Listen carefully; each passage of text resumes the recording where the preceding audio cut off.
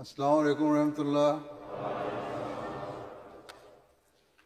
أشهد أن لا إله إلا الله وحده لا شريك له وأشهد أن محمدا عبده ورسوله أما بعد فأعوذ بالله من الشيطان الرجيم بسم الله الرحمن الرحيم الحمد لله رب العالمين الحمد لله رب العالمين الرحمن الرحيم مالك يوم الدين إياك نعبد وإياك نستعين اهدنا الصراط المستقيم صراط الذين أنعمت عليهم غير المغضوب عليهم ولا الضالين.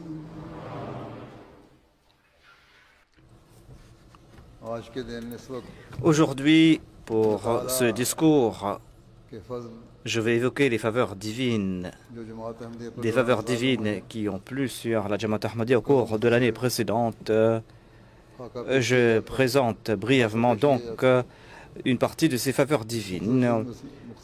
Dans cette brève, dans ce bref rapport, et bien de ce bref rapport, je vais présenter un résumé de ce bref rapport. Cela va prendre du temps quand même à tout présenter, mais en tout cas, brièvement, je souhaite dire que par la grâce d'Allah, cette année-ci, dans toute la Jamaat du monde entier, dans le monde entier,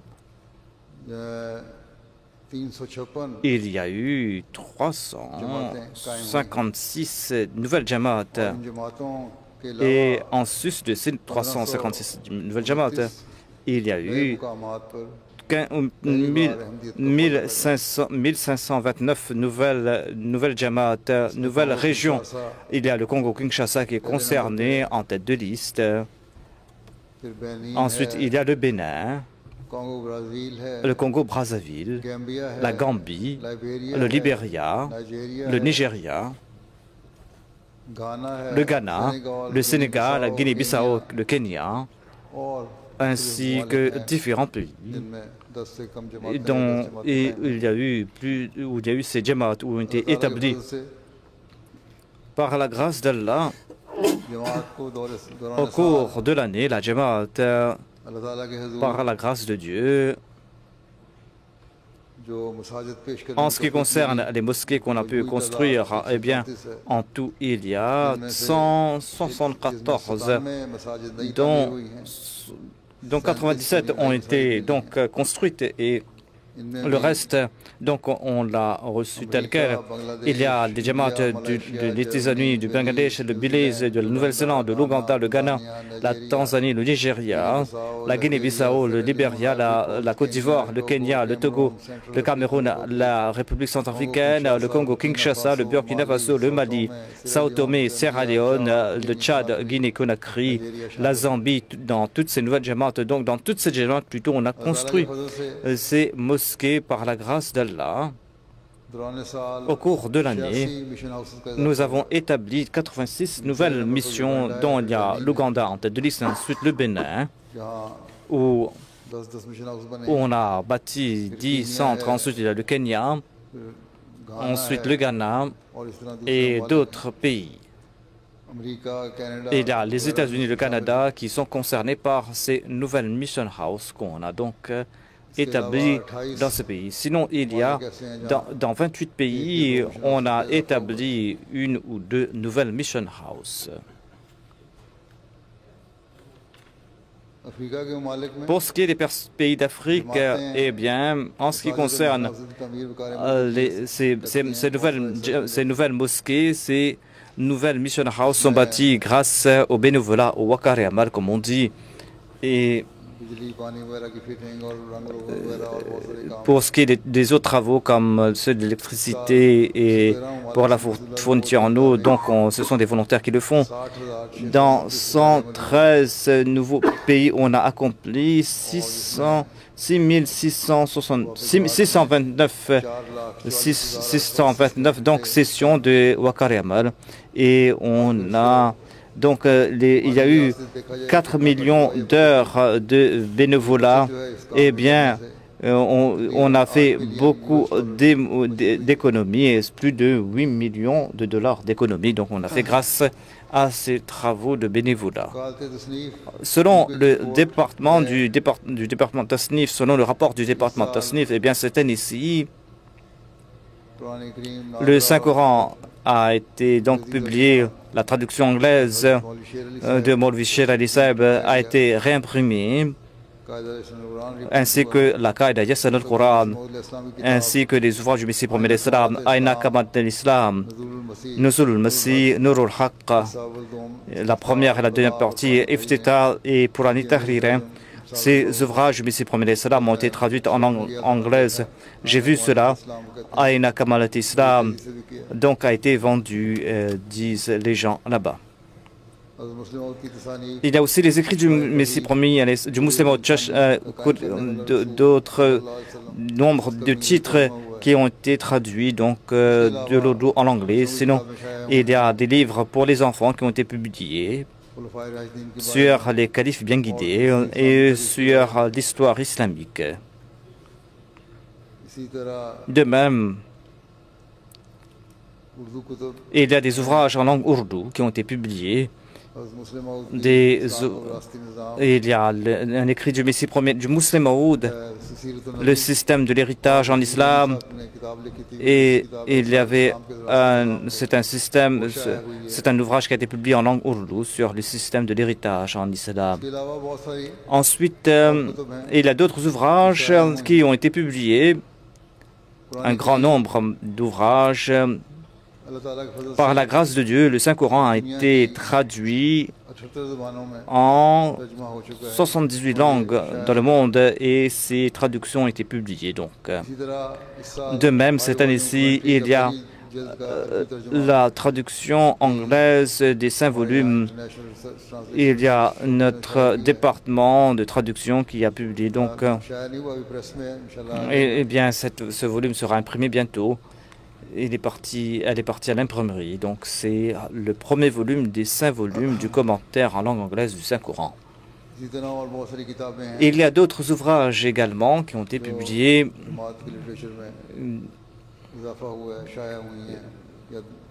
de nouvelles éditions qui ont été réimprimées et qui sont présents. Donc,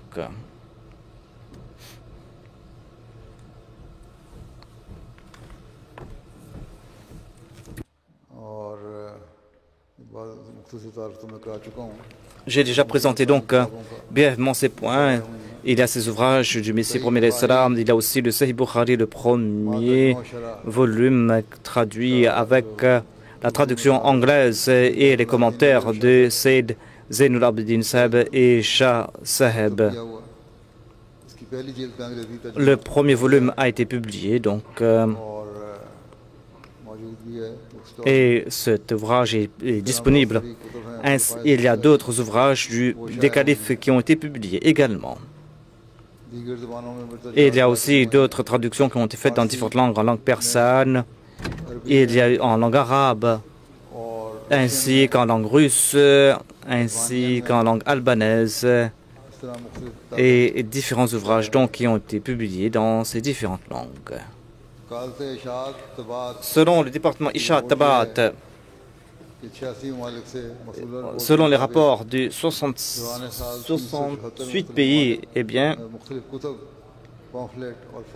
274 ouvrages ont été envoyés dans différents ouvrages, et c'est en 48 langues, Et le nombre est de 185 100 en langue arabe, française, en langue lituanienne, en langue assamaise, allemande, macédoine, grecque, malgache, l'hébreu, le malais, la birmane, malayalam, en langue chinoise, en langue indonésienne, en langue marshalaise, en langue croatienne, en langue danoise, japonaise, en langue norvégienne, en langue anglaise, en langue espagnole, en langue lettonne, en punjabi, en swahili. Et il y a donc d'innombrables ouvrages qui ont été publiés.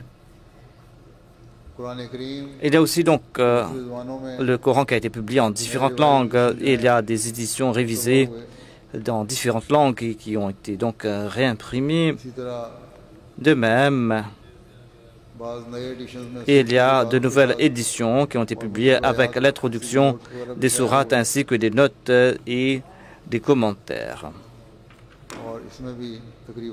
Ainsi, donc, en tout, il y a 15 nouvelles éditions du Saint-Coran, nouvelles traductions ou éditions qui ont été réimprimées.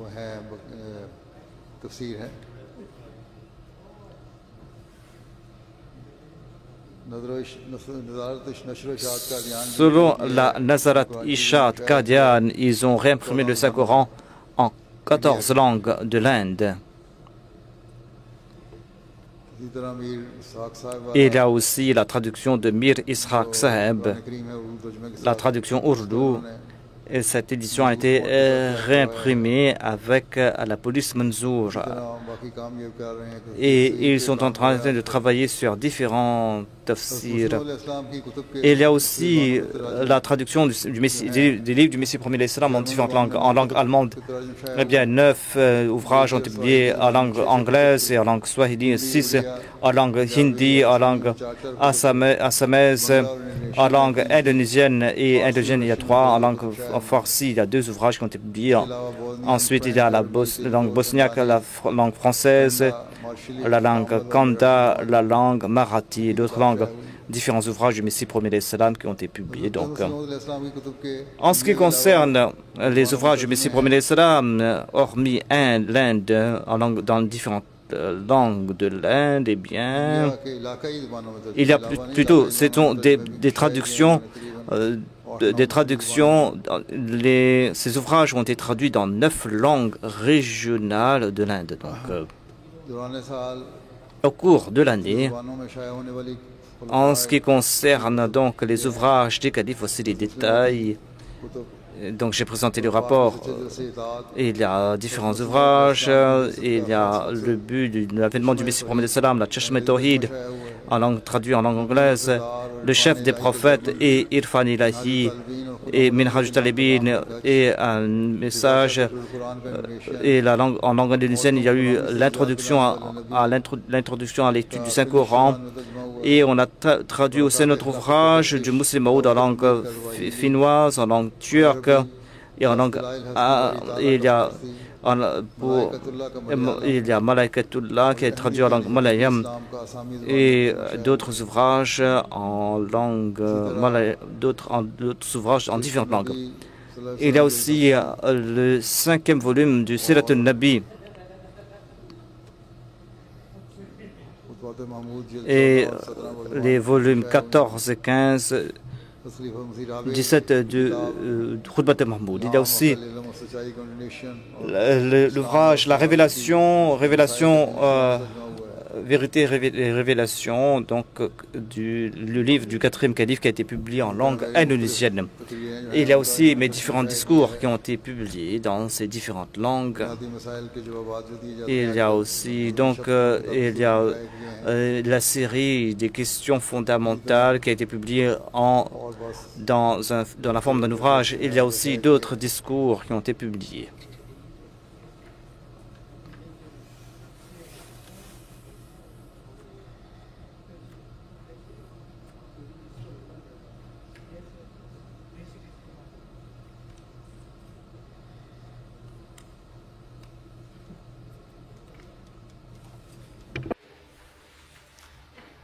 वकालत इशात तरसील Selon le rapport de Wakalat Ishat Tarsid, 38 ज़बानों में तकरीबन पौने 2 lakh plus de में कुतुब भिजवाई गई।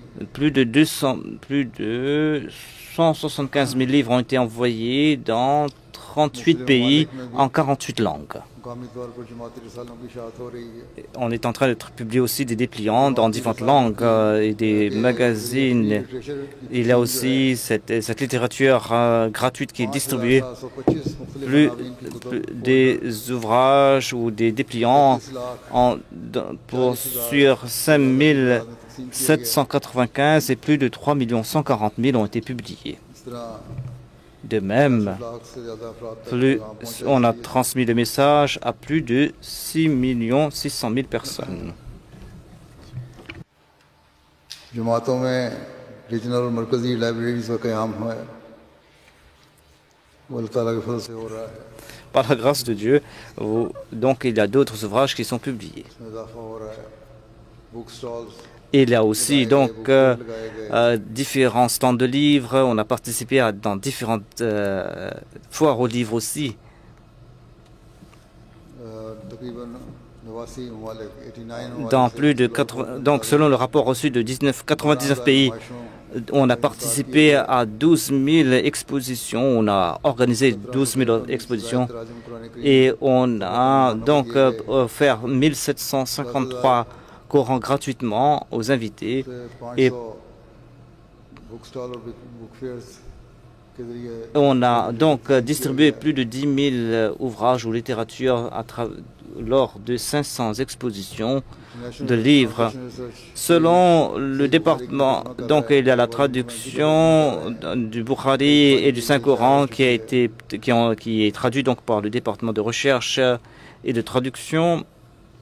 और इसी तरह और बहुत कुतुब हैं। Et il y a d'autres ouvrages donc qui sont en cours de traduction. रकीम press Selon la Rakim Press, के अहमदिया प्रिंटिंग प्रेस जो है il y a des imprimeries qui sont présentes en Inde et il y a des ouvrages qui sont publiés en grand nombre dans ces différentes imprimeries en Afrique. इसी तरह इंडिया की रिपोर्ट तो मैंने दे दी। वो J'ai présenté le rapport de l'Inde, काम हो रहा है। l'Inde qui travaille sous le département Wakalat Tasnif, selon l'Arabic Desk. Jusqu'à présent, भी कुतुब और मुफर्रिद की तादाद 192 है। ils ont traduit plus de 192 ouvrages. Ils ont publié 4 nouveaux ouvrages. Barakatul Rakin fi Hayati Nuruddin al-Kufru Millatul Wahida, नजर सानी से तर्जुमा et फाइल कुरान और दावत Fazal al-Quran et Dawatul Amir. इसी तरह मुस्लिम मौत की Qutub Il y a aussi d'autres ouvrages du Muslim Maud qui ont été publiés par le département arabe.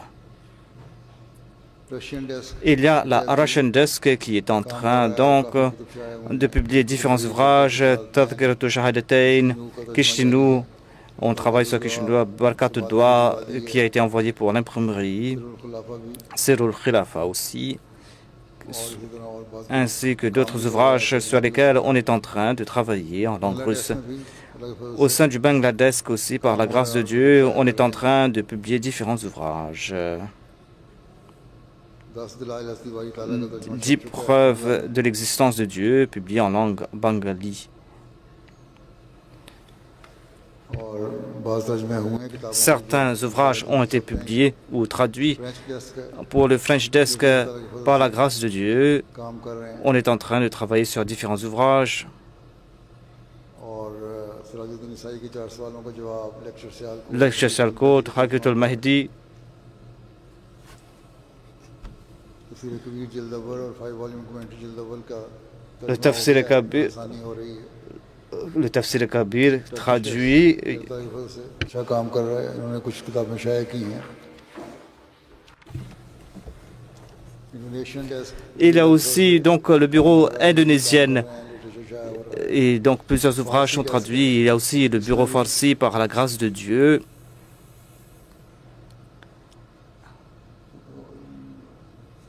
तर्जुमे का काम हो रहा है कुतुब का भी। Et il y a plusieurs ouvrages qui ont été traduits. Il y a aussi le bureau, le Chini Desk, par la grâce de Dieu, ils sont en train de faire un très bon travail. Et il y a certains ouvrages du Muslim Maud et certains ouvrages du Messie Promet l'Islam qui seront publiés rapidement. Il y a le Swahili Desk qui est en train de travailler sur la traduction du Saint-Coran. Il y a une révision qui a été faite, et il y a aussi les ouvrages du Muslim Maud et différents ouvrages que j'ai même. Et par la grâce de Dieu, il y a aussi le bureau hispanique plutôt, qui est en train de faire un très bon travail sur l'islam. Donc, on a ajouté la traduction suédoise du Saint-Coran.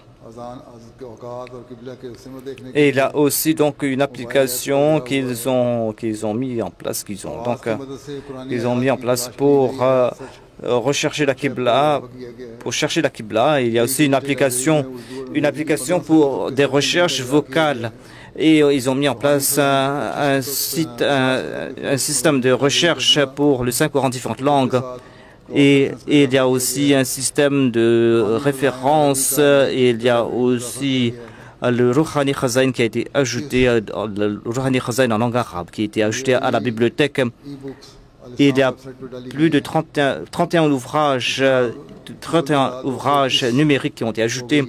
En tout, il y a 221 ouvrages en format e-book ou livres numériques qui ont été donc mis en ligne. Il y a aussi le département central IT de l'informatique. Par la grâce de Dieu, ils sont en train de faire un très bon travail. Ils ont offert des services à 35 départements centraux. Il y a aussi le département Waqfinao central. Par la grâce de Dieu, le nombre total de Waqfinao est de 85 489 Waqfinao en tout.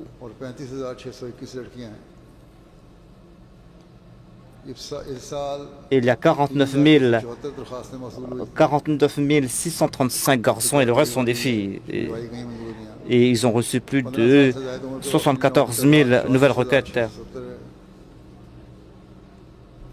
Ceux qui ont plus de 15 ans sont du nombre de 44 670 et certains sont à l'université, certains sont à l'école, certains sont donc en train de faire des études. Et il y a aussi le magazine Ismaël et le magazine Mariam qui sont publiés pour les garçons et les filles respectivement. L'Inde, l'Allemagne, le Bangladesh, donc ces ouvrages, ce magazine est publié dans ces 3 pays hormis le Royaume-Uni. Il y a aussi des dépliants qu'on a distribués en tout dans 109 pays. On a publié plus de 8 millions 16 000 dépliants. Et en tête de liste, il y a le Royaume-Uni, donc 1 million. Ensuite, il y a la Hollande, le Danemark, le Portugal, la Suède, l'Autriche. Et il y a différents ouvrages aussi. Et il y a aussi donc différents ouvrages qui ont été publiés.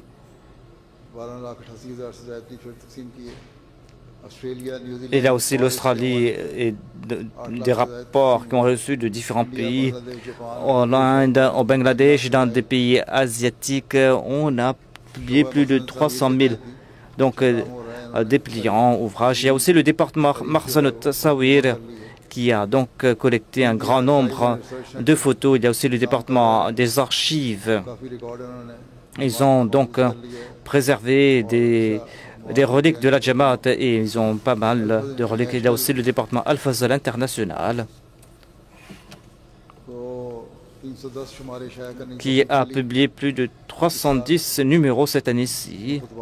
Et il y a les sermons qui sont publiés. Il y a 14 de mes sermons, 52 de mes sermons et différents discours, et 14 de mes discours qui ont été publiés. Il y a aussi donc un journal Al-Fazal qui a été publié pour les enfants, qui s'adresse donc aux enfants.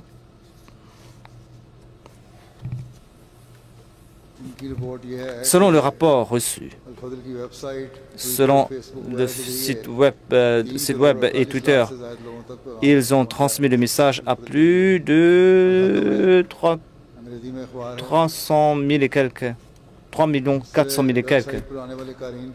Et le nombre de lecteurs est de 10 000. Il y a aussi d'un million. Plutôt, il y a des non-Ahmadis aussi qui suivent ce site web. Et Al-Hakam a publié différents articles sur la Palestine et il a un article sur la Palestine qui a été lu plus d'1 500 000 fois. Il y a aussi la revue des religions qui a été fondée par le Messie promis alayhi salam. Cela fait 123 ans donc que ce magazine a été lancé. Il a un système de souscription qui a été lancé et la revue des religions a donc une bonne couverture sur les réseaux sociaux et ce journal donc a atteint plusieurs millions de personnes. Et ils avaient organisé la God Summit qui a eu une bonne renommée et il y a différentes personnes qui ont embrassé l'Ahmadiyya grâce au God Summit de la revue des religions. Et ils ont publié différents articles très intéressants. Il y a aussi le département Press and Media qui sont en train de faire un très bon travail. Et ils ont publié 190 articles et journaux. Plus de 30 millions de personnes ont reçu donc ces journaux. Et il y a différentes chaînes comme le Télégraphe, la BBC, Livingston, le Daily Mail, le Metro, la Financial Times, l'Express, London Borough, Yahoo News, BBC News Radio. Donc, tous ces médias ont été couverts par le département Press and Media, grâce auquel ils ont donc transmis ce message à plus de 30 millions de personnes et leur message a atteint plusieurs millions de personnes. Il y a aussi la MTA internationale qui a 16 départements. Ici, il y a 555 travailleurs qui travaillent matin et soir. Parmi eux, il y a 299 hommes et 176 femmes. Ce sont des volontaires qui sont à pied d'œuvre. Ce sont, en fait, ces 299 et 176 concernent en fait des volontaires. Nous sommes en train de diffuser sur 8 chaînes différentes, 24 heures sur 24. Il y a l'application de la MTA. Aussi, ces chaînes sont diffusées sur 11 satellites dans le monde entier. Nous avons aussi 2 chaînes locales en Afrique, la MTA Ghana et la MTA Gambie. Il y a aussi des chaînes terrestres. La MTA est diffusée aussi sur le système terrestre au Belize et au Suriname. Et il y a la traduction donc, qui est faite en 24 langues. Et il y a une distinction du studio du Ghana et que cette année-ci, le studio tourne grâce à l'énergie solaire. C'est le premier studio qui le fait et c'est le studio le plus, plus aux pointes au Ghana. Par la grâce de Dieu, ils sont en train de faire un très bon travail. Voilà ce que nous a dit la MTA Afrique. La MTA Afrique, il y a plusieurs branches. Ils ont 14 branches, dont pour les langues swahili, françaises. Ils ont donc publié différentes émissions. Donc,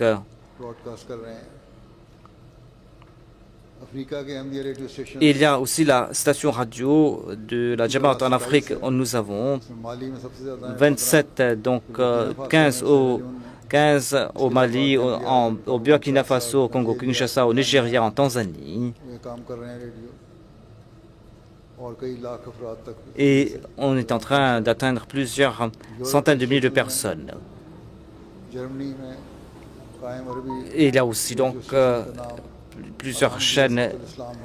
Il y a aussi une chaîne en langue turque et il y a aussi la Voice of Islam en langue allemande. Au cours de l'année, on a diffusé plus de 267 émissions. Il y a aussi Voice of Islam qui est diffusé dans 12 villes du Royaume-Uni. Au cours de l'année, ils ont ajouté Lisbonne, Belfast, une autre ville aussi du Royaume-Uni. Au cours de l'année, ils ont diffusé des émissions en 8760 émissions.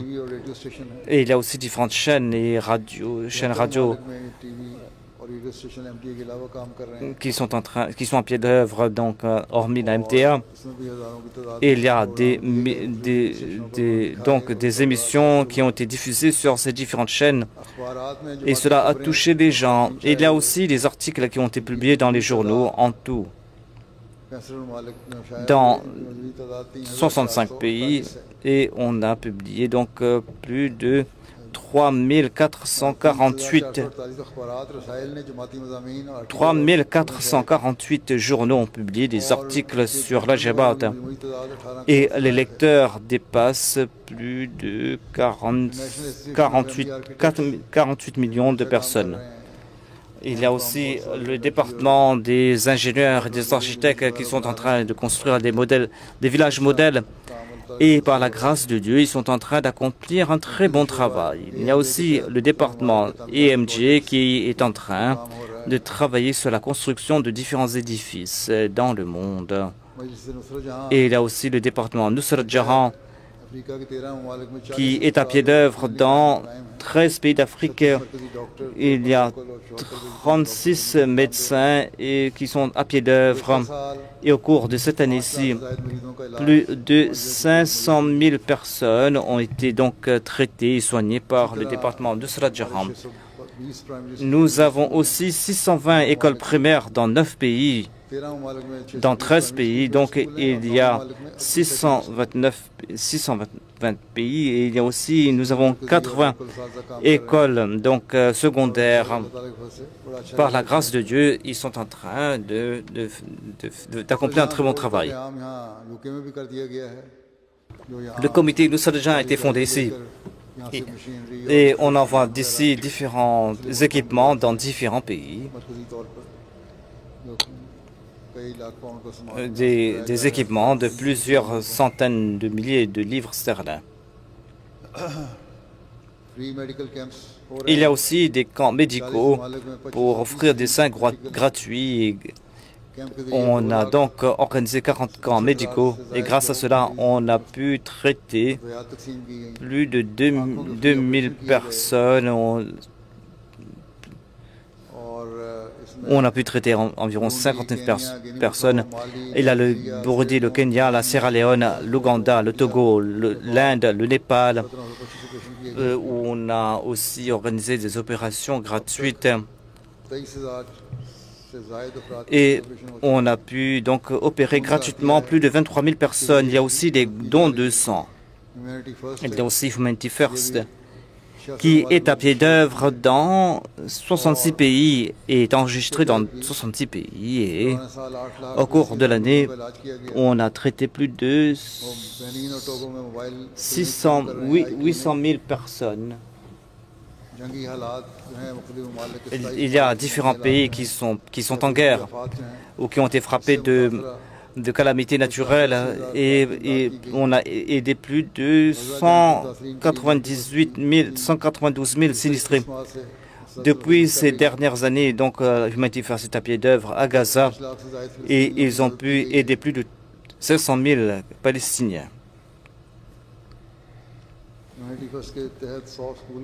La Humanity First a fondé 100 écoles. De même, on distribue la viande de l'Aïd al-Adha et on est en train d'offrir d'autres aménités. Il y a aussi des marches de charité qu'on organise dans différents pays. Et par ce moyen, donc, on organise différents programmes. et plus d'1,5 million ont été donc collectés, ont été distribués. Il y a aussi la Majlis Ansarullah UK qui organise ces marches de charité et ils ont pu donc distribuer donc ces dons à 50 organisations. Ils ont collecté une très grosse somme qu'ils ont donc collectée et distribuée. Il y a aussi donc des contacts avec des prisonniers. Et il y a aussi donc le rapport concernant les contacts qu'on a rétablis avec les nouveaux convertis. Dans 75 pays, on a recontacté de nouveau 32 627 personnes. Et cela concerne en majorité des pays d'Afrique. Et on a aussi organisé des classes de formation pour les nouveaux convertis. Et selon les rapports reçus de différents pays, eh bien, on a organisé plus de 23 429 nouvelles classes et cela concernait 127 000 nouveaux convertis. On a aussi formé des imams cette année-ci par la grâce de Dieu. Le nombre de Bayra est de 249 000 nouveaux convertis. En dépit donc de la situation périlleuse en Afrique, on n'a pas pu accomplir le tablier comme il se doit, en raison des attaques terroristes, mais par la grâce de Dieu, il y a eu des Bayra. Et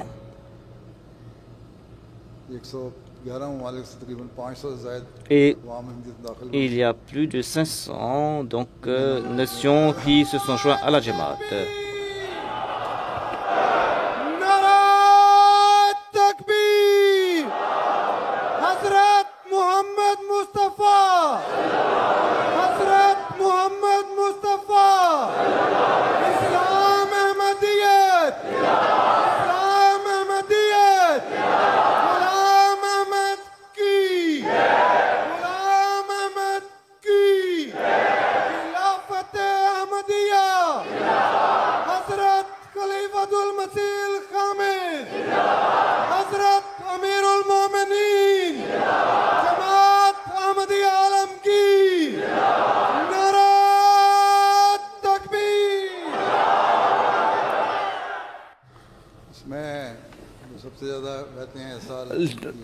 Voici la liste des pays où il y a eu un plus grand nombre de convertis. Et là, le Congo, Brazzaville en tête de liste, ensuite le Nigeria, la Guinée-Bissau et d'autres pays aussi, donc, où il y a eu plusieurs milliers de Bayra.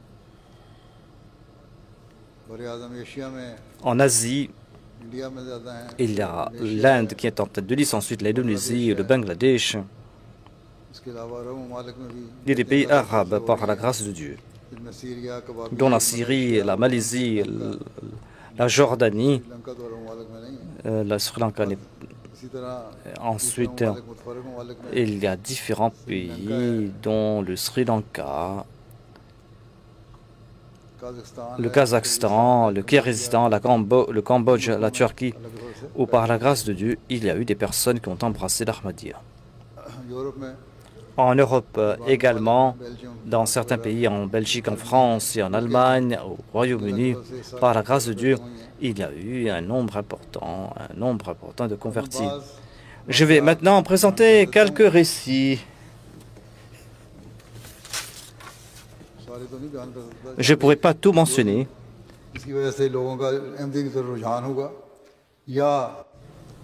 Des gens qui se sont tournés vers l'Ahmadiyya, ou des gens qui ont embrassé l'Ahmadiyya, ou qui, en raison de l'effet qu'a eu l'opposition contre la Jamaat, l'effet positif qu'a eu l'effet et il y a le missionnaire du Sénégal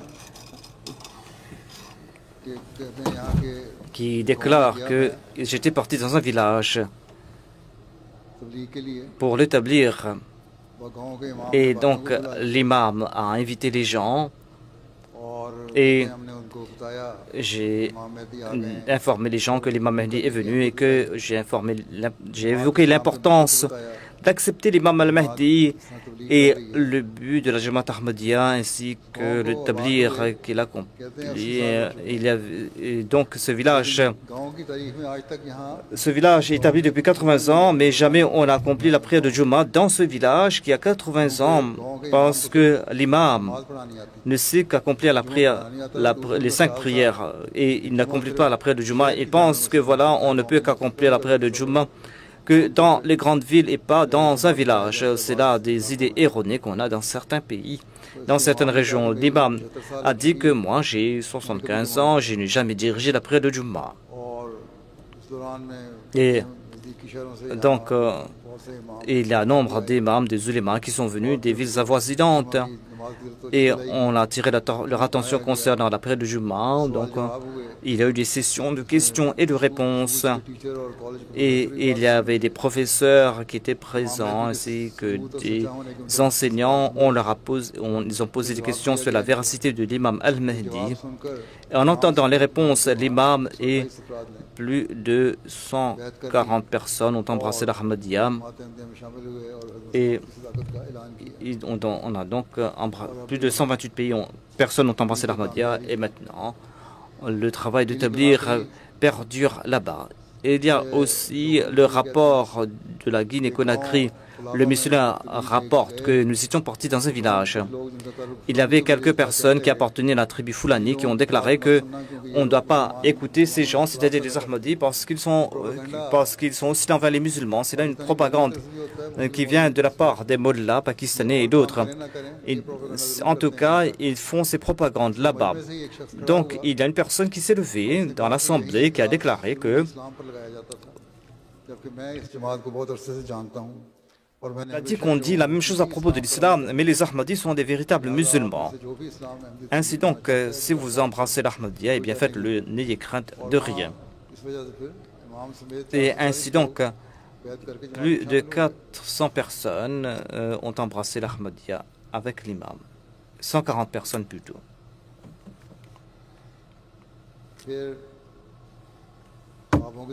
À travers des rêves, les gens ont embrassé l'Ahmadiyya. Et il y a différents récits à ce propos. Je vais présenter quelques-uns de ces récits. Il y a un récit qui vient du Congo-Kinshasa, le missionnaire de là-bas, l'éclair.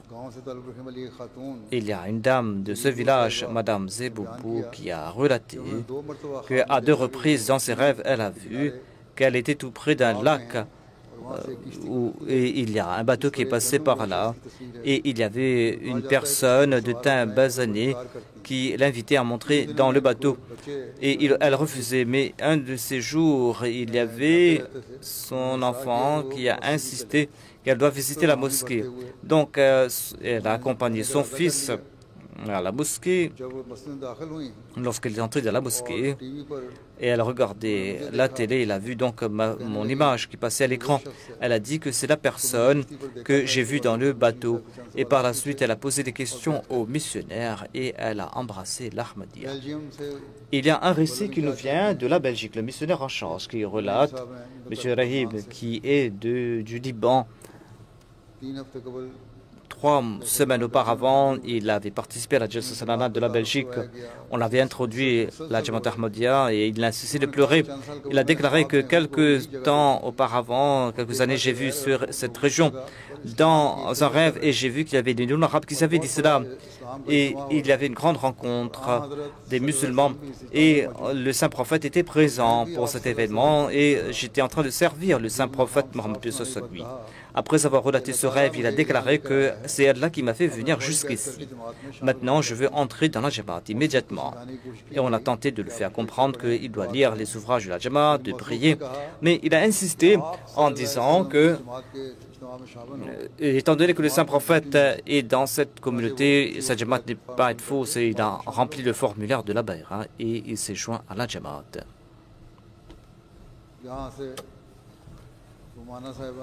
Madame Romana du Royaume-Uni relate qu'elle a connu son voyage vers l'Ahmadiyya a débuté plus de 13 ans de cela. Elle appartenait à une famille rigoriste de sunnites et on lui avait enseigné que c'est ce sont les sunnites qui sont sur le droit chemin et qu'elle doit étudier. Elle a étudié dans les madrasas sunnites. En 2019, tout a changé pour elle, dit-elle, lorsque je suis entré à l'université, dit-elle. Et j'ai vu une belle mosquée tout près de moi. C'était la mosquée Nasser, dit-elle. Et c'était une mosquée Ahmadi. J'ai dit à mes proches que j'ai vu cette belle mosquée, c'est la mosquée Ahmadi, dit-elle. Et la réaction m'a étonné. Ils m'ont dit que ne pars pas là-bas, ce sont des mécréants, des kafirs. Cela a attisé ma curiosité, a dit cette femme, et j'ai commencé à faire des recherches tranquillement. Et il y avait ces questions auxquelles je n'avais pas de réponse depuis des années. Je regardais des vidéos sur YouTube, j'ai lu des articles, j'ai posé avec des étudiants et j'ai commencé à comprendre petit à petit. J'ai compris que l'Ahmadiyya est l'islam véritable. Et j'ai demandé la direction de Dieu. Un jour, dans un rêve, j'ai vu le 4e calife. Je l'ai vu qui était en train de traverser la rivière. Et j'avais peur, donc moi, de traverser, j'avais peur de me noyer. Et c'est là que j'ai entendu la voix du 4e calife qui m'a dit que Allah n'abandonne pas ses serviteurs. Et la rivière a disparu. Et j'ai pu arriver jusqu'à l'autre rivage. Et elle m'a vu dans un rêve. Et cela a renforcé sa foi. De même, dans un rêve, elle avait vu sa grand-mère qui était décédée, qui lui disait quelque chose à propos d'Islamabad. Elle a dit que tout cela a été source de réconfort pour moi. Et j'ai contacté le département Tablir et j'ai fait la bayra. Il y a un récit qui nous vient de Sikasso, du Mali. M. Elamin Bello a embrassé l'Ahmadiyya. Lorsque lui ont demandé la raison de sa bayra, il a déclaré qu'il écoutait la radio Ahmadiyya. Et général, tous les jours, il écoutait à propos de l'avènement de l'imam Al-Mahdi, mais il n'était pas enclin à faire la bayra. Un jour, il s'est endormi en écoutant la radio et dans un rêve, il a vu qu'il y avait un rassemblement. On attendait la prière. Et l'imam Al-Mahdi est venu pour diriger la prière. Ensuite, on a annoncé la prière et lui également a suivi l'imam Al-Mahdi et son cœur était satisfait de l'Ahmadiyya et il a fait la bayra. Il y a aussi le missionnaire de Sikasso. Il y avait un certain M. Abou Bakr Traoré qui a fait la bayra. Il écoute la radio Ahmadiyya depuis une longue période. Il avait rencontré Ahmadi lors d'un mariage. Il a donc connu l'Ahmadiyya peu à peu. Il a dit aux missionnaires que venez chez nous. L'Ahmadi a dit que nous allons venir avec notre missionnaire. Les Ahmadis ont dit que nous allons venir avec notre missionnaire. M. Abou Bakr a déclaré qu'un invité va venir et dans un rêve,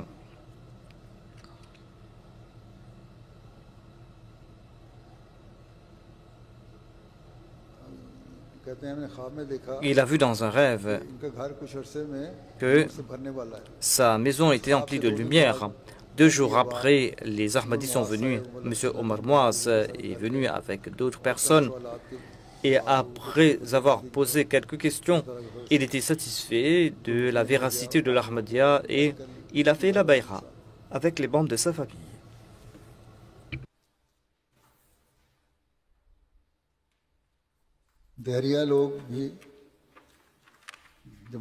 Il y a aussi des athées qui contactent la Jamaat et qui, par la suite, croient en Dieu. Il y a un récit qui nous vient du Sao Tomé, le missionnaire de ce pays, relate que nous étions partis à Principe, une des îles, pour un collecte de sang. On a invité des Ahmadis à le faire. Il y avait un discours qu'on a donc présenté, et on a évoqué l'importance des dons de sang et le but de la religion. Il y avait le président de cet organisme qui était un athée qui a contacté le missionnaire et a dit que la religion nous enseigne comment servir la religion et c'est aujourd'hui que j'ai vu. Auparavant, je me suis dit que la religion est là pour rendre les gens sourds. Moi, je ne considérais la religion comme l'ennemi de l'humanité. C'est pour cette raison que je ne croyais pas en Dieu. En écoutant votre discours aujourd'hui, j'ai ressenti un grand changement en moi. Si Dieu existe, si Dieu est le Dieu que présente l'islam, eh bien certainement on doit accepter un tel Dieu. C'est pour cette raison que je souhaite embrasser l'Ahmadiyya. Le missionnaire a dit qu'il ne faut pas être... il faut dire quelque chose, il ne faut pas donc se contenter de ce discours. Mais cette personne a dit que moi j'ai compris et je me contente de cela et je vais faire la bayra. Il y a eu donc aussi des bayras suite aux campagnes hostiles des opposants. Le missionnaire du Libéria relate que il était parti avec son mollim dans une nouvelle région. Nous étions passés dans un village. Tout ce village était un village de musulmans. L'imam, on a informé l'imam du but de notre événement. Il a réuni tous les gens du village. Nous avons présenté la Jamaat ainsi que le but de l'avènement du Messie premier l'Islam. Nous avons évoqué aussi les services rendus par la Jamaat également. Par la suite, il y a eu une session de questions et de réponses qui a duré longtemps. En fin de compte, l'imam de ce village, M. Mohamed, s'est mis debout et il a déclaré que, avant de venir ici, nous avions beaucoup entendu parler à propos de la Jamaat Ahmadiyya, des choses négatives sur notre communauté. Aujourd'hui, vous nous avez présenté la Jamaat Ahmadiyya et c'est là une image différente et c'est pour cette raison que je souhaite dire que non seulement que ces choses négatives sont des mensonges, mais que si aujourd'hui il y a une Jamaat qui présente l'islam véritable, c'est la Jamaat Ahmadiyya. Il était très ému en prononçant ces paroles. Et bien, non seulement que lui et les membres de son village ont embrassé l'Ahmadiyya, mais il a déclaré qu'il y a deux autres villages, des gens de deux autres villages qui viennent prier dans notre mosquée. Vous allez m'accompagner là-bas et on va prêcher le message de l'Ahmadiyya là-bas. Et plus de 600 personnes ont embrassé l'Ahmadiyya. Et à présent, il prêche le message de la Jamaat de manière permanente dans ces villages.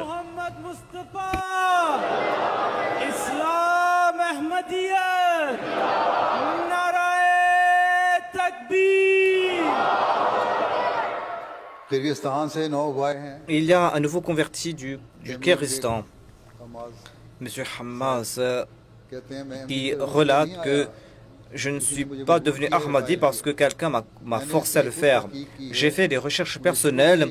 Au tout début, j'étais intéressé de connaître la vérité. J'ai beaucoup lu à ce propos. J'ai posé des questions. J'ai trouvé bon nombre de choses que je n'ai pas compris. En l'islam traditionnel, notamment, pourquoi est-ce que nous attendons que Jésus descende du ciel? Alors que dans le Coran, il est dit que tous les prophètes sont des êtres humains et sont décédés. Aujourd'hui, pourquoi l'islam est si divisé? Et pourquoi est-ce qu'il y a tant de dissensions, tant de conflits, tant de peurs entre les différentes communautés? Lorsque j'ai connu l'Ahmadiyya, eh bien j'ai tout compris. J'ai compris que ce que disent les Ahmadis est logique et basé sur le Coran, les hadiths, et que cela n'est pas contraire à la rationalité.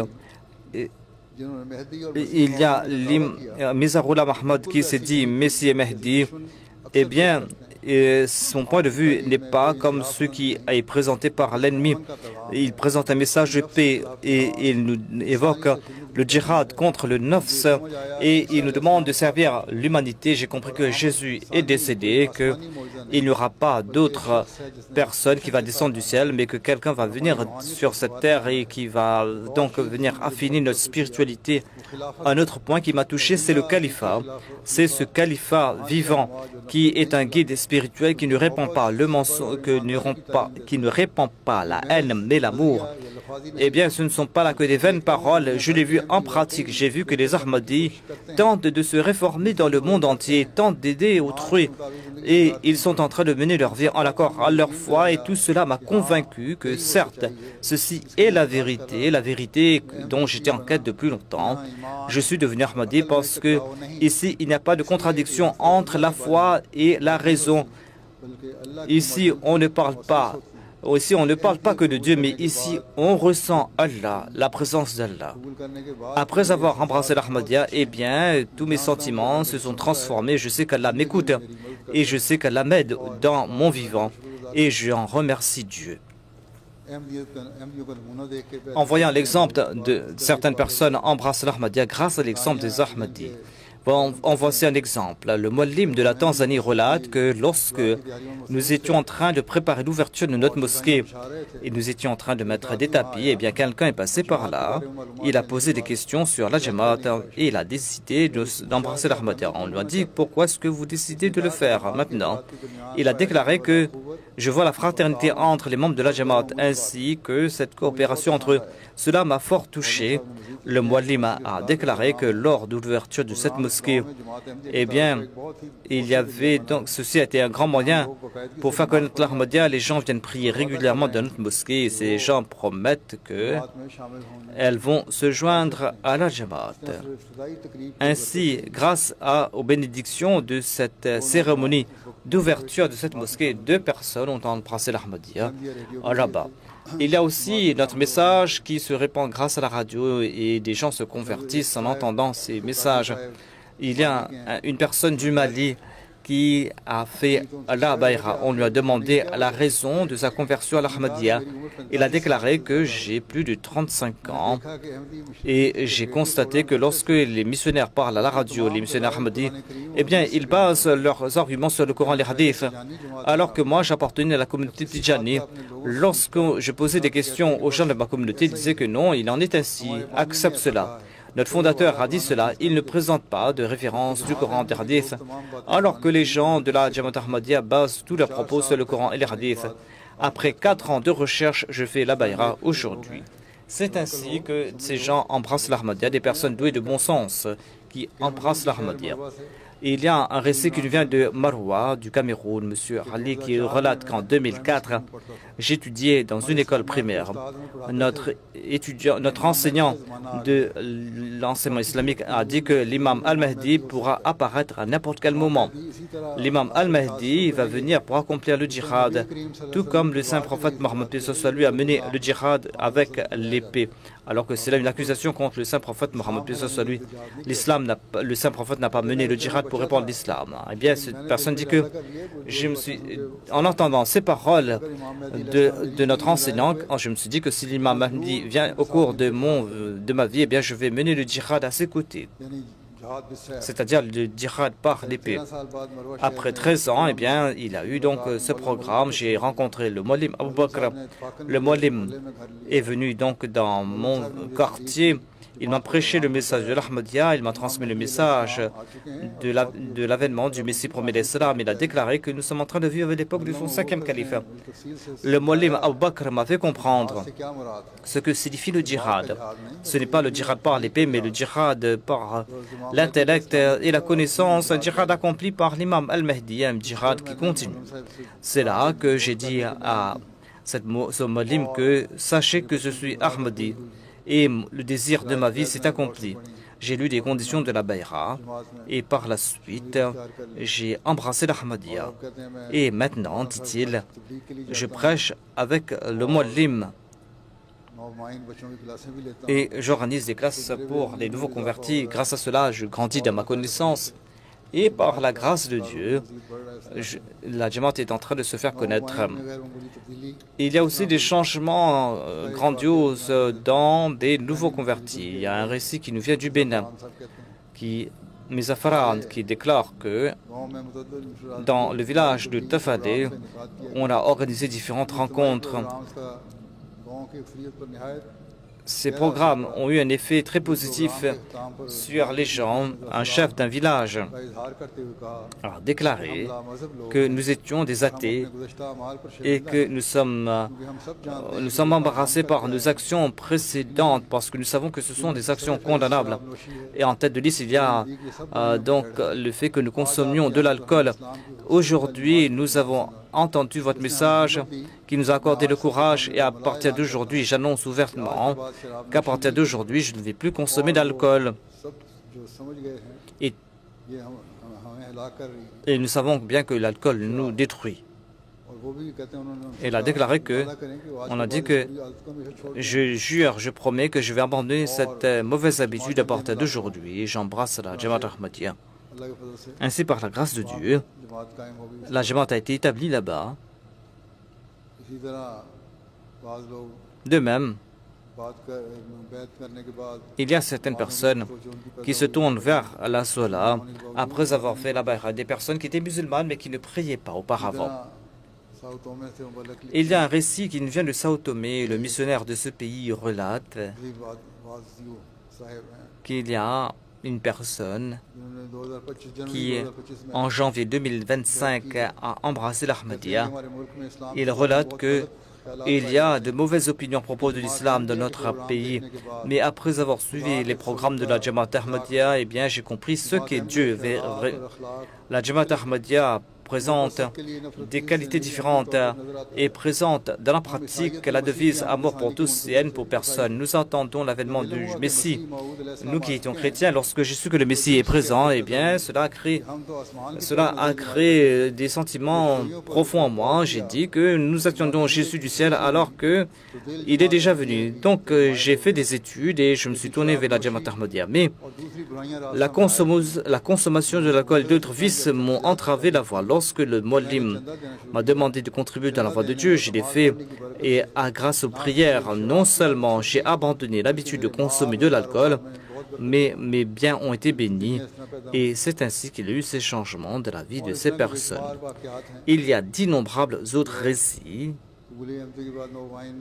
des récits, des changements qui se sont passés dans la vie de ces nouveaux convertis. Il y a aussi ces récits de l'opposition contre les Ahmadis et comment les nouveaux convertis ont fait preuve de constance face à cette hostilité, cette opposition. Je présente un récit à cet égard. C'est un récit qui nous vient du Congo-Brazzaville. Le Mollim relate qu'il y a nombre de personnes qui ont abandonné le christianisme pour se joindre à l'Ahmadiyya. Il y a un jeune qui a dit que nombre de gens embrassent l'islam. Si vous ne faites rien, eh bien vous allez tout perdre. Sur ce, les membres de la communauté catholique ont décidé d'envoyer quelqu'un et qui a commencé à distribuer des repas et de l'argent et qui a commencé à fournir des soins gratuits afin qu'ils abandonnent l'Ahmadiyya. Ces chrétiens ont dit à Daniela que faites quelque chose pour nous et vous travaillez pour nous et nous allons vous donner un gros salaire. Monsieur Yassine a déclaré que je n'ai pas besoin de votre argent. Présentez-moi donc la divinité de Jésus-Christ grâce à la Bible et je vais me joindre à vous. La Jamaat Ahmadiyya présente des arguments, des preuves faites aussi de même. Ils ont construit une grande église là-bas, mais il n'y a personne qui visite leur église. Tous ces prêtres qui tentaient d'attiser l'avidité des gens sont repartis de là déconfits. Et il y a donc aussi d'autres récits. Un récit qui nous vient du Niger, qui a déclaré que lors de la Jalsa Salana du Royaume-Uni de l'année dernière, il y avait une dame qui a écouté mon discours de clôture. Eh bien, elle a annoncé qu'elle va embrasser l'Ahmadiyya. Cette dame était donc une personne qui enseigne le Saint-Coran aux femmes. Elle est elle-même une femme qui enseigne le Saint-Coran aux femmes et aux enfants de la région. Elle enseigne aussi les enseignements islamiques. Après sa bay'a, elle n'a cessé ses activités. Elle a dû faire face à l'opposition de l'école dans laquelle elle enseignait. Eh bien, les jeunes musulmans ont donc lancé des slogans contre elle et la harcèlent. Cette jeune femme déclare que j'ai participé à une conférence religieuse. Il y avait un mollah wahhabite qui a déclaré, qui m'a évoqué en disant que nous avons une mollima qui s'est égarée. Et elle a adopté donc la mécréance. Elle a parlé d'elle sans mentionner son nom. En entendant cela, elle est venue sur l'estrade et elle a répondu à ce mollah ouvertement. Et les gens de là-bas, qui étaient de bonne nature, l'ont soutenue. Et on a dit à cette jeune femme que la Jamaat a offert de l'aider. Elle a dit que je souhaite tout simplement recevoir de bons livres, je ne souhaite rien de plus. Je n'ai pas fait la bay'a tout simplement pour que la Jamaat puisse m'aider, mais j'ai fait la bay'a suite aux prophéties du saint prophète Mohammed. Oui, j'ai accepté le Messie pour m'aider cela et je suis fermement établi sur cette voie et je vais être fermement établi sur cette voie à l'avenir, Inch'Allah.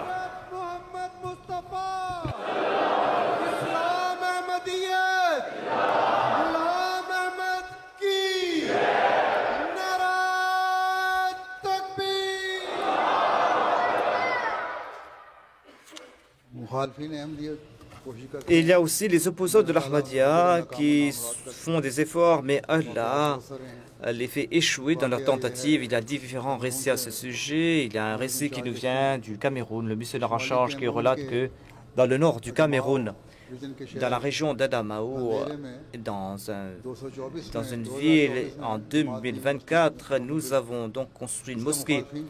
Et cela a tourmenté les opposants. Il y avait le gouverneur qui est parti voir le responsable de la sécurité de l'État et s'est plaint de la Jamaat Ahmadiyya en disant que la Jamaat Ahmadiyya sont des terroristes, nous sommes en danger, ce ne sont pas des musulmans. Sur ce, le commissaire a dit à M. Abou Bakr que venez avec 15 de vos membres, le 15, et il a fait venir 25 des opposants aussi. Lorsque tous étaient réunis, le commissaire s'est adressé à tous en disant que il y a certaines personnes qui ont présenté des plaintes concernant la Jamaat Ahmadiyya et ils m'ont aussi donné 500 000 francs CFA. Et je vous retourne cette somme devant tout le monde. Le commissaire a déclaré que j'ai fait des recherches complètes sur la Jamaat Ahmadiyya et j'ai compris que cette Jamaat est là pour servir les gens dans cette personne. Et ils ont creusé 4 puits, ils sont en train d'aider les orphelins, ils sont en train de fournir des provisions. Comment peuvent-ils être des terroristes? Et je vois qu'ils lancent l'appel à la prière dans leur mosquée, ils accomplissent la sola. Ils sont des musulmans comme les autres musulmans. Et j'ai envoyé tout cela au gouverneur et maintenant j'avertis ses opposants, dit-il. Si vous allez critiquer la Jamaat Ahmadiyya, eh bien, si vous allez créer des troubles, eh bien, je vais vous envoyer en prison. Et par la suite, les opposants donc étaient déconfits et maintenant notre mosquée est remplie. En ce qui concerne les mosquées, il y a plusieurs récits, j'en présente un. Il y a un Muallim du Congo-Brazzaville qui relate que M. Maliba a embrassé l'Ahmadiyya. Il était chrétien auparavant. Il a déclaré que la Jamaat Ahmadiyya nous présente le message véritable de l'islam. Et grâce à la construction de la mosquée Ahmadi ici, nombre de gens ont embrassé l'islam véritable. On pensait auparavant que le christianisme était la seule voie qui menait jusqu'à Dieu. Mais depuis que nous avons entendu le message de la Jamaat Ahmadiyya, nous avons compris que nous étions dans les ténèbres. Après avoir embrassé l'Ahmadiyya, nous avons apporté un changement complet en nous. Nous avons abandonné l'alcool. Et maintenant, nous ressentons que notre vie a un objectif. En ce qui concerne la construction des mosquées, on voit aussi des signes du soutien de Dieu. J'en présente un ici, un récit à ce propos. Le missionnaire de Sao Tomé relate qu'il y avait un membre de l'Assemblée nationale qui était auparavant le maire d'une province qui avait refusé donc d'accorder la permission de la construction de la mosquée. Lorsqu'il était maire, il a déclaré que c'est un pays de chrétiens, ne pourra donner la permission que pour la construction d'églises. On lui a présenté le message de l'Ahmadiyya et lui-même en personne est venu et a fait la pose de la première pierre de la mosquée et son fils a embrassé l'Ahmadiyya. Et avant de faire la bayra, j'ai parlé à ses parents en disant que leur fils veut embrasser l'Ahmadiyya. Sa mère a déclaré que j'ai confiance en la Jamaat Ahmadiyya. C'est cet islam dont le monde a besoin.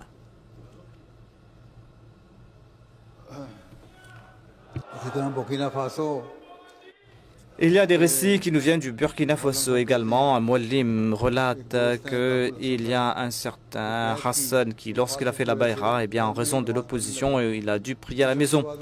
Après quelque temps, il a décidé de construire sa propre mosquée et on s'est opposé à lui. Lorsqu'il a terminé la construction de la mosquée, lorsque l'appel à la prière a été lancé, eh bien, les opposants sont partis voir le chef et on dit que voilà, il a bâti sa mosquée et il est en train de nous harceler grâce à l'appel de la prière.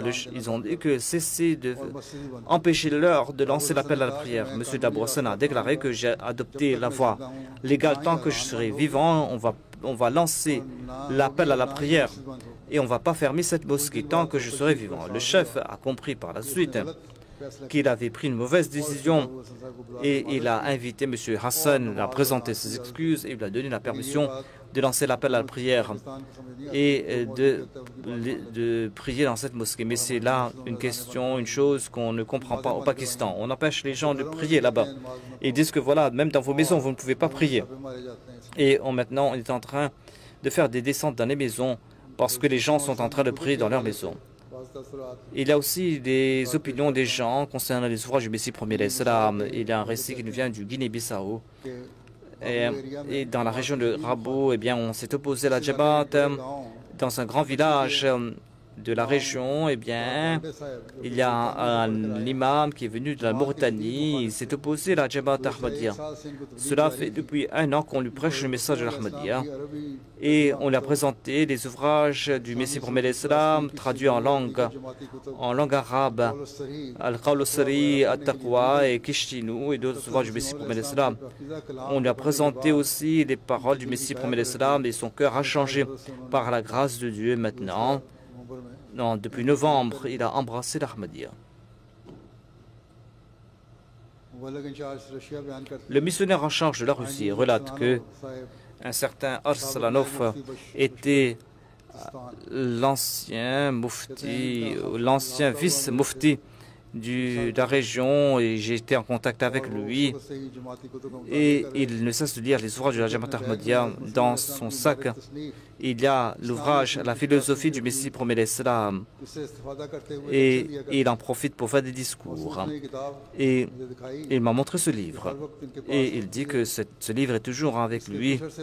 Après quelque temps, j'ai fait une longue rencontre avec lui et je lui ai dit que vous avez écouté le message du Messie promis et vous lisez les livres du Messie promis. Priez maintenant pour qu'Allah vous guide. Et quelques jours après, il m'a envoyé un message en disant que Mirza Ghulam Ahmadiyya est un véritable serviteur de Dieu, prophète de Dieu, mais je souhaite prêter allégeance sur les mains du calife. Ainsi donc, il est venu à l'Allemagne l'année dernière. Mais moi, je n'étais pas parti là-bas pour la Jalsa. C'est pour cette raison qu'il n'a pas pu prêter allégeance sur mes mains. Mais un jour, étant donné que je n'ai pas pu partir là-bas, il a dit que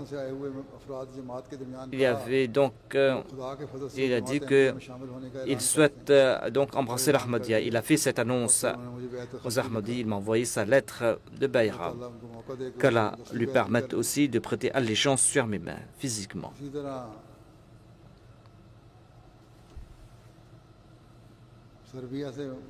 Le missionnaire de la Serbie relate que lors d'une exposition de livres, il y a une femme, Madame Zina, qui est venue sur notre stand.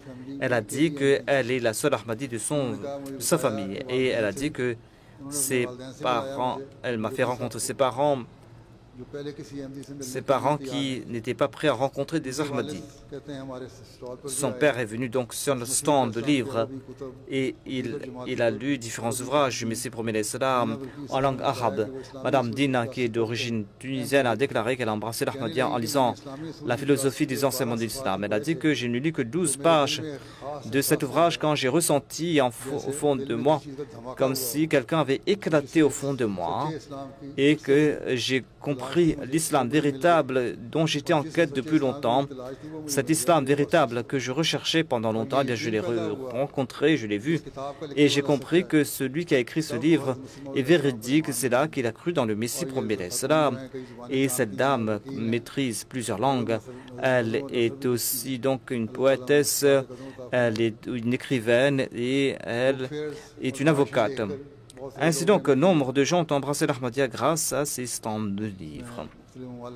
Il y a des récits qui nous viennent de différents pays, et cela a aussi un effet positif en Inde. Il y a aussi eu des événements lors de la distribution des dépliants. Nombre de personnes ont embrassé l'Ahmadiyya grâce à cela, et on leur présente l'islam véritable. parfois, il y a des jeunes qui étaient partis au Chili et en Argentine. Ils étaient donc partis là-bas pour distribuer ces dépliants. Il y a une femme à qui on a offert cette littérature, elle l'a lue.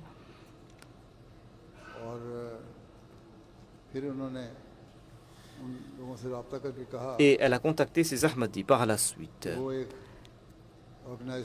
Et elle a dit qu'elle organise une rencontre lors d'une... Et elle a invité nos jeunes Khuddam à y participer afin de faire connaître la Jamaat, afin de leur faire comprendre qu'il y a ce groupe qui est venu du Royaume-Uni pour prêcher le message de l'islam ici au Chili et que leur objectif est de répandre la paix, ce dont nous avons besoin. Ainsi donc, cette délégation a accepté donc l'invitation de cette personne et nous l'avons assuré que nous allons venir. Ces Ahmadis sont partis là-bas et il y a eu une rencontre là-bas et par la suite, cette dame qui est elle-même une érudite, eh bien, elle est en train de faire des recherches supplémentaires sur la Jamaat. Elle est avocate. Ainsi donc, on est en train de faire connaître la Jamaat. Il y a ces groupes de la Khuddam, des Khuddam al-Ahmadiyya qui peuvent faire des campagnes. Il y a mes sermons qui sont diffusés sur la MTA, qui a un effet positif. Il y a une Roumaine nouvelle convertie, le missionnaire relate qu'elle a fait la Bayra depuis quelque temps. Elle avait abandonné ses études auparavant.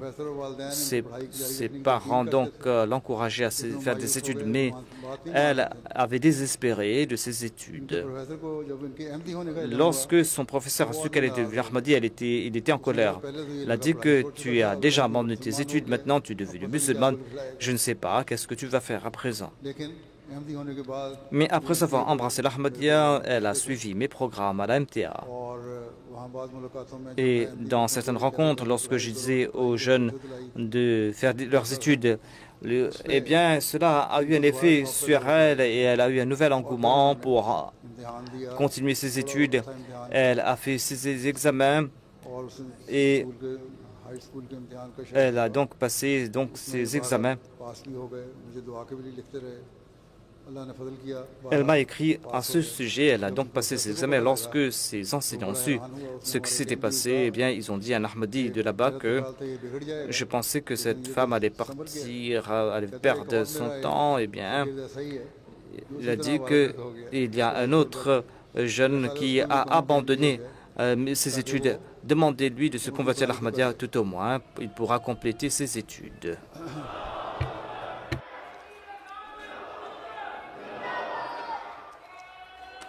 इसी तरह अल्लाह ताला के फजल से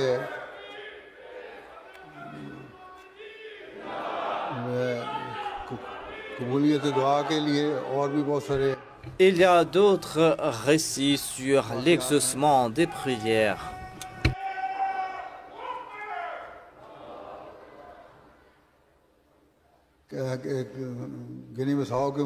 Le missionnaire de Guinée-Bissau relate qu'il y a une personne qui a un grand amour pour la Jamaat Ahmadiyya, qui a présenté un récit.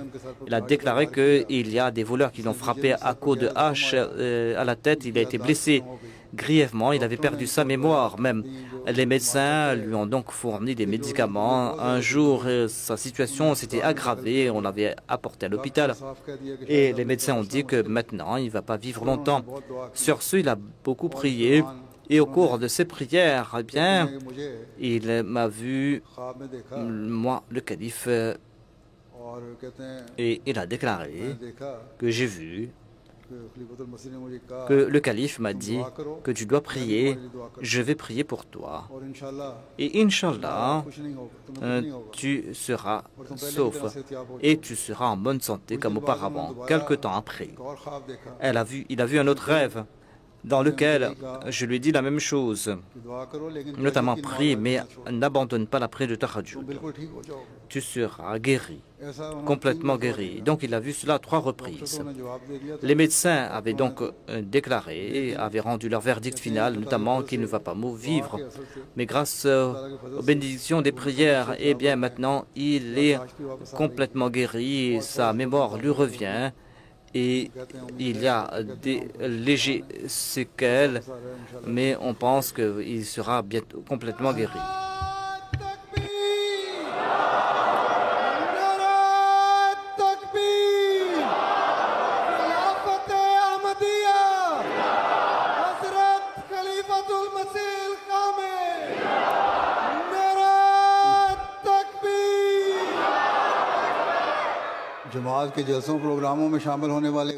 Il y a aussi des non-Ahmadis qui sont présents dans les événements de la communauté, mais qui ont changé d'opinion à propos de la Jamaat Ahmadiyya, même s'ils n'ont pas embrassé l'Ahmadiyya. Un Muallim Al-Amin avait donc écouté mon discours de l'année dernière lors de la Jalsa Salana, dans lequel j'avais déclaré que si la Jamaat Ahmadiyya n'est pas de Dieu, eh bien Dieu l'aurait détruit depuis fort longtemps. C'était là les paroles du Messie premier l'Islam.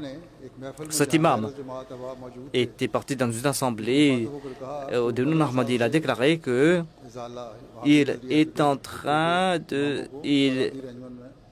Il est membre, il entend de la bouche de ces gens que la Jamaat Ahmadiyya est fausse depuis 15 ans et que la Jamaat Ahmadiyya sera bientôt détruite et que la Jamaat Ahmadiyya va disparaître de la région de Maradi, alors que la Jamaat Ahmadiyya est présente dans cette région depuis fort longtemps.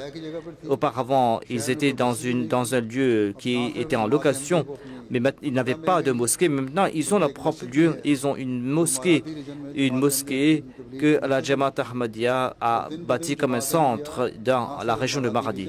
Non seulement que la Jamaat Ahmadiyya progresse dans la région de Maradi, mais dans les régions envoisinantes. C'est pour cette raison que moi, je suis témoin de cette parole de l'imam de la Jamaat Ahmadiyya, que si cette Jamaat a été fabriquée de toutes pièces par un homme, eh bien cette Jamaat aurait disparu depuis fort longtemps. Mais vous êtes tous des menteurs et la Jamaat Ahmadiyya, quant à elle, progresse. L'aide fournie aux pauvres aussi laisse un effet positif à Mayotte. Donc, il y a eu donc un cyclone qui a frappé cette île et il y a eu une grande destruction là-bas et nous avons envoyé de l'aide d'ici. Humanity First était parti là-bas pour aider les sinistrés de l'Allemagne et d'ailleurs, j'avais téléphoné là-bas, j'ai parlé aux missionnaires en charge de là-bas et cela a eu un effet positif et les missionnaires chrétiens étaient étonnés en disant que l'Église ne prend pas, ne demande pas de nouvelles et votre calife vous a téléphoné et cela a eu un effet positif. Donc les gens se tournent vers l'Ahmadiyya grâce à cela. Le Messie premier d'Islam déclare que les gens doivent réfléchir. Ils ont remué ciel et terre pour détruire cette communauté. Ils ont tout fait.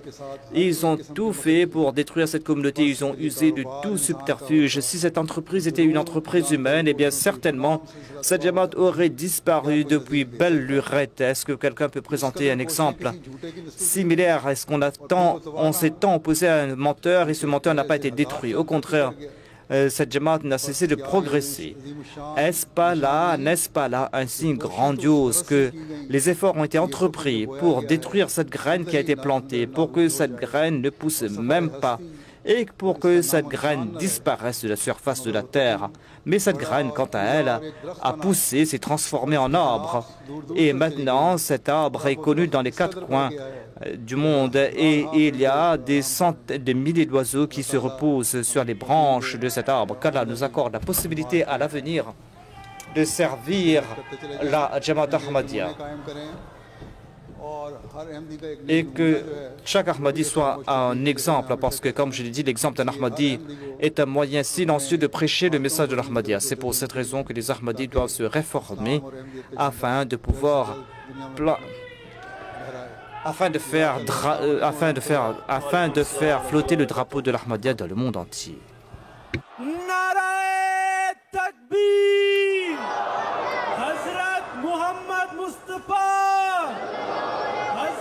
Muhammad Mustafa, Islam Ahmadiyya. Hazrat